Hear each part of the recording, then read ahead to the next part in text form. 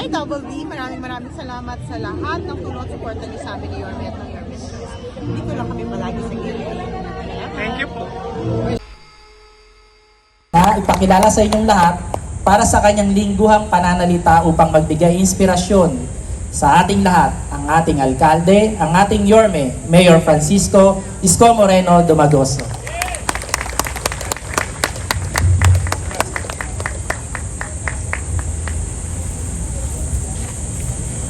Hi, Jess. Wala pa rin. Oy, maraming salamat, Architect. Palakpakan natin ng uso.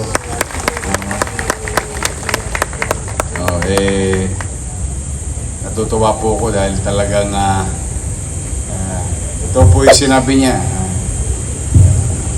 Maraming international award-giving body mas nire-recognize yung effort natin dito. Thank you very much. Keep it up. Palakpakan natin ng uso. Hi! Good morning! Iyan, parang masaya-masaya ka.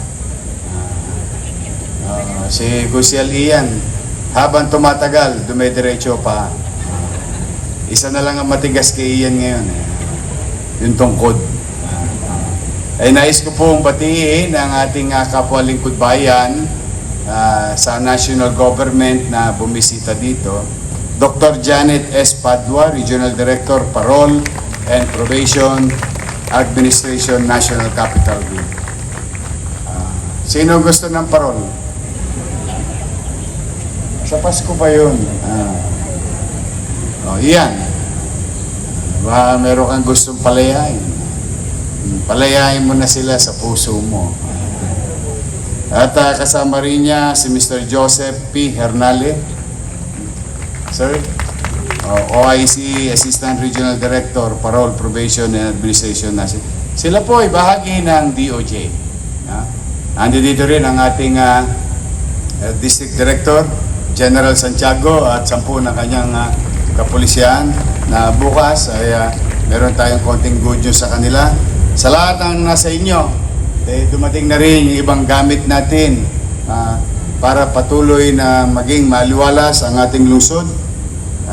Hindi lang tayo magpapabaya sa ating mga empleyado na nangangailangan ng mga ekwipo para mas maging mainam ang kanilang pagtugon sa mga hamon sa ating kapaligiran o pamayanan sa lungsod ng Maynila. As you can see, there is about 14 units Isuzu dump trucks from to be delivered to PDO and other agencies, and 1 unit of Isuzu water tanker. Ito yung magagamit natin sa ating mga manggagawa. Now, kamusta kayo? Bagong sweldo kayo nung Biyernes, ano? 14. Nung 14, di ba? Kasi walang akisi yata yung Biyernes, no? Kamusta naman?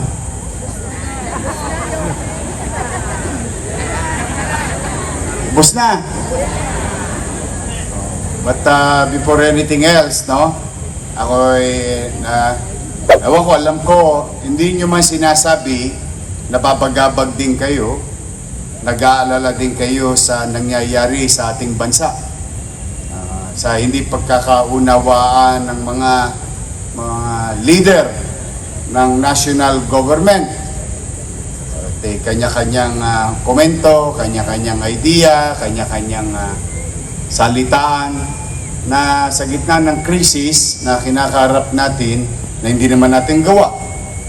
Ito'y dulot ng isang insidente at patuloy na nangyayari sa Middle East. Nalulungkot tayo pare-pareho. Maraming nagsasabi sa akin na parang litong-lito na sila sa kaganapan, no? Sa mga leader natin. But I'll tell you, would like to address the people of Manila. Sa ating mga mamamayan sa lungsod, eyes on the ball. Doon lang tayo. Ngayong umaga, babangon ka. Pupunta ka sa trabaho. At galingan mo dahil may umaasa sa iyo sa pamilya mo. Ganun talaga ang buhay. With or without these shenanigans, life will go on. The day will pass. And you need to confront each and every individual's obligation. May obligasyon tayo talaga eh. Kaya sa mamamayan, pumanatag kayo. Basta sa Maynila, may gobyerno sa lungsod ng Maynila. We will continue to pursue, fulfill our commitment to the people on top of our obligation to the people. We will. Kaya sa mga taga-lungsod ng Maynila, magbubuti po kami. Huwag kayong mag-alala. Ako po na mismo, hindi po ako makikisali sa mga alitang yaon. Nang matahimik naman tayo dito sa lungsod. Karapatan nyo makapamuhay ng maayos, tahimik at panatag, na may maliwalas na kapaligiran, na may oportunidad para sa lahat. Mapaedukasyon, mapakalusugan, mapatrabaho, pabahay, and so on and so forth. We'll do our best. Yan po ipinararating ko sa ating mamamayan sa harapan ng ating mga kapwa lingkod bayan na nanarito ngayon sa flag ceremony. Kayo naman, mga kapwa ko lingkod bayan, paalala ko naman, stay away from noise. Huwag nyo gawing toxic ang buhay nyo. Unang-una, lumayo kayo sa mga bagay na hindi nyo kayang kontrolin. Mag-focus kayo sa bagay na kaya nyong kontrolin, gampanan, tugunan, at gawin. Excel from it. Excel from every field of undertakings na merong inatang sa inyo. Dahil yung ingay ng politika, ang makikinabang lang dyan, politiko. But we, all of us here in the government, is expected to deliver services. Kanya-kanya lang tayong hagdanan ng responsibilidad. Pero inaasahan tayo ng taong bayan. Kaya let's continue to focus on delivering services to our people. Ikaw, Jonathan, di ba? Ilang bata ang nabuhay last week. Through your report, ayan, si Treasurer, si Paul, yan, Jet, budget, ilang bata nabuhay. Hindi nila alam yun, but I have to give credit where it's due dahil sa mga effort nyo. Dose-dose ng bata. Meron pang binatilyo na itawid natin sa at maiwas sa kapahamakan. Dala ng gobyerno ng lungsod ng Maynila. So that's why, if we are focused on the task, I think we'll be better. And I'm always happy to be of service to the people.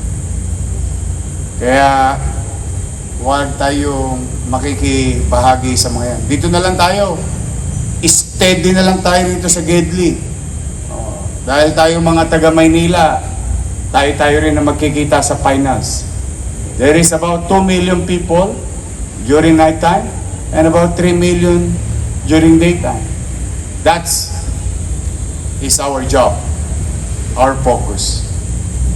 For whatever I'm going to do, I cannot do it alone. I need each and every one of you. So muli, Yun lamang ang mensahe ko.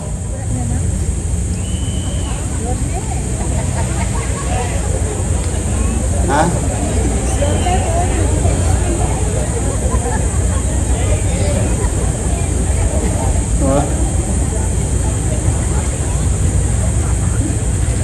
Kamag-alala, ka naglalayo sa akin.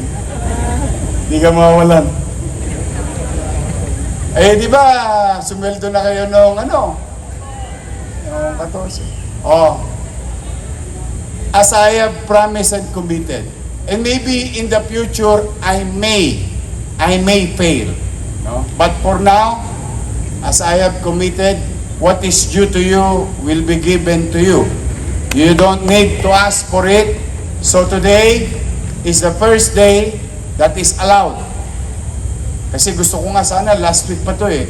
Eh sabi ni Paul, boss, bawal. Oh, bawal lang mas maaga sa Akisi. O pwede, dapat pagkatapos ng Akinsi. Eh, yun daw ang regulasyon. But be that as it may, almost 20,000 employees, or kunin nyo na yung bonus niya.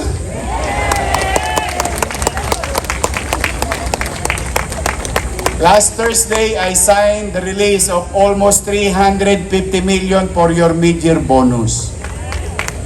Mamayang alas 12. Pwede nyo nang tirahin. I-check nyo na. Ha? Nasa inyo. Ingatan nyo yan. You deserve it, but you have to save it.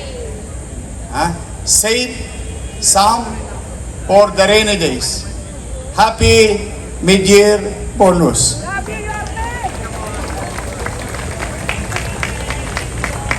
Ang lakas yung anting-anting ni Ian eh.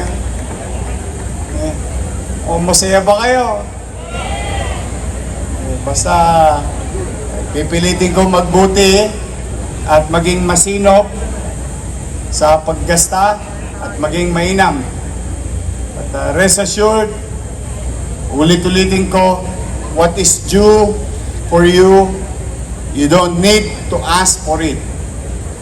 And huwag masyadong mataas ang expectations nyo ha. Baka mamaya, maputulan tayo ng tubig at magsara yung gripo. But bagay naman na pinagpapasalamat ko sa taxpayer. Napakataas ng tiwala nila ngayon sa pamahalaang lungsod ng Maynila. Palakpakan natin yung mga taxpayer. At least alam nila saan napupunta ang kanilang buwis. So mamaya, wala akong hiling sa inyo. Gusto nyo magpakape. Wala akong hiling. Wala. Kundi magbuti lang kayo sa kanya-kanya nyong tasking or field of undertaking. And, pwede ba? Can you smile? Libre yun. Walang yad ba yun? But when we smile to our constituency, alam mo, kalahati yata ng problema na na-resolve na natin. Pakitaan natin ng mabuting loob, mainit na pagtanggap sa ating kanya-kanyang opisina, maglingkod ng maayos at masinop. That's it. Mamaya, uwi kayo sa inyong pamilya. At least meron kayong good news para makapaganda na kayo sa mga gastusin para sa pasukan sa Hunyo. At least, may maisusubi na kayo. So, mag-iingat kayo. I love you. I love you. Sige ha. At dalangin ko, kayo'y maging malusog muli this week at ligtas. At pagpalain nawa kayo ng buong may kapal. Maraming salamat. Manila! God first. Thank you.